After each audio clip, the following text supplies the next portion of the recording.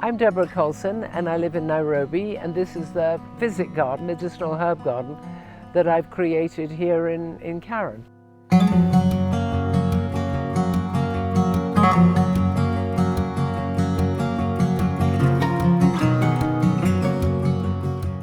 The Kenya Horticultural Society have lots of different branches, and they're mamas from the Machakos branch. They all came, lots of them, about 30 people, and they kept going, this is a weed. Wow, that's a weed. And I said, absolutely, they're all weeds. Things have a different meaning now. Here, Plectranthus barbatus, very medicinal. And this you will see growing outside long drops all over the country because it's used as loo paper. We could have made money when they were running out of loo paper in the early days of COVID. And here, which might surprise some of you, is stinging nettle.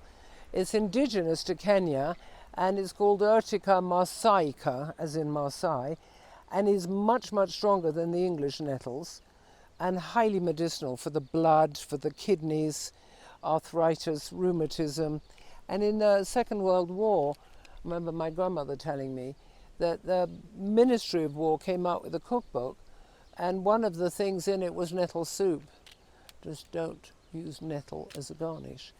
There we've got some indigenous ones. Here we have some salvia from the sage family, Nilotica, which is incredible. It blooms all year long, and I bought it because it brings butterflies and bees to the garden.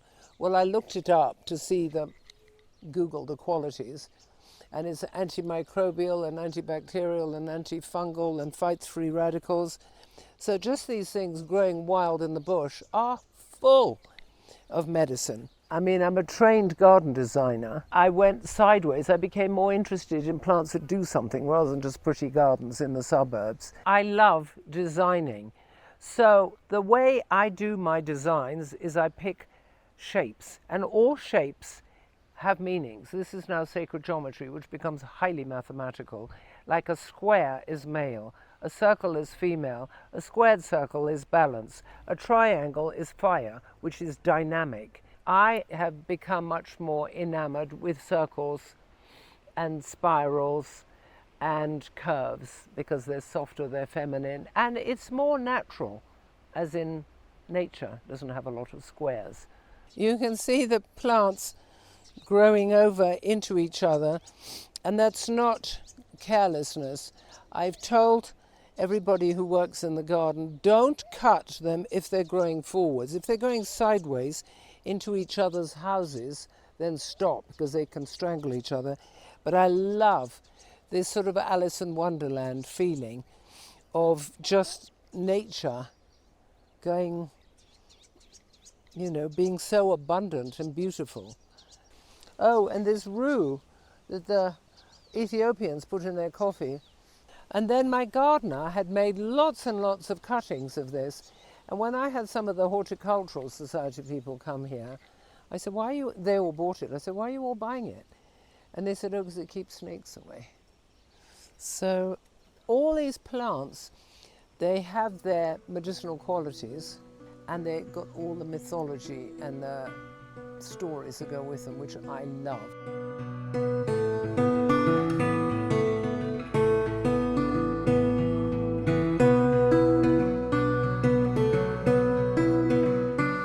I can be upset about something, and I will come here and do a bit of pruning or planting, and I'll come out of here completely different mood, completely different person. There's amazing healing energy. You've got 250 different species of plants, and they're all balancing. They don't fight each other. I think it's got very high vibration here, and other people have said, whoa, it's wonderful.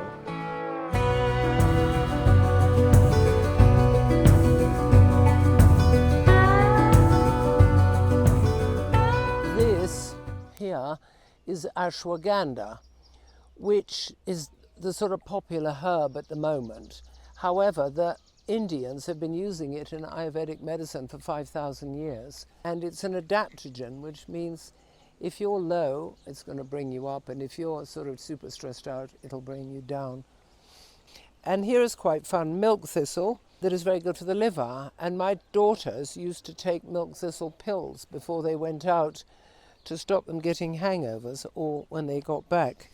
And here is pineapple sage, which actually smells like pineapple.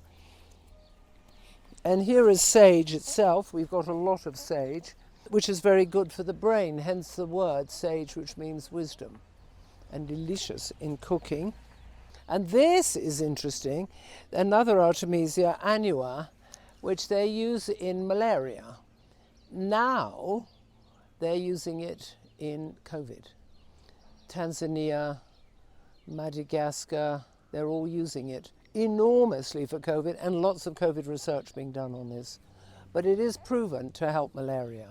This is a wonderful plant, and it's called Plectranthus pseudomyrubioides, and it's in the mint family. It's got the most wonderful lemony smell, and it's used for cancer, and skin problems. And I made an ointment, a balm, out of it, and it just was so popular. It sold like hotcakes.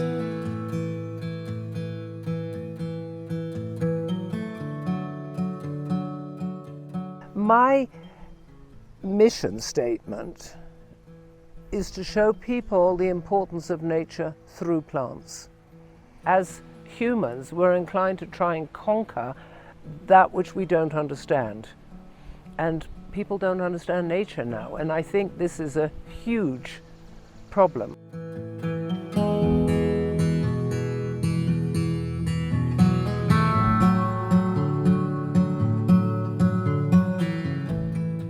Here we have a Piper capense, as in Cape Town, and I was telling my botanist colleague, who is a Picard, I was saying that they use this in the other side of the world, in Hawaii, for ceremonies, for sacred ceremonies.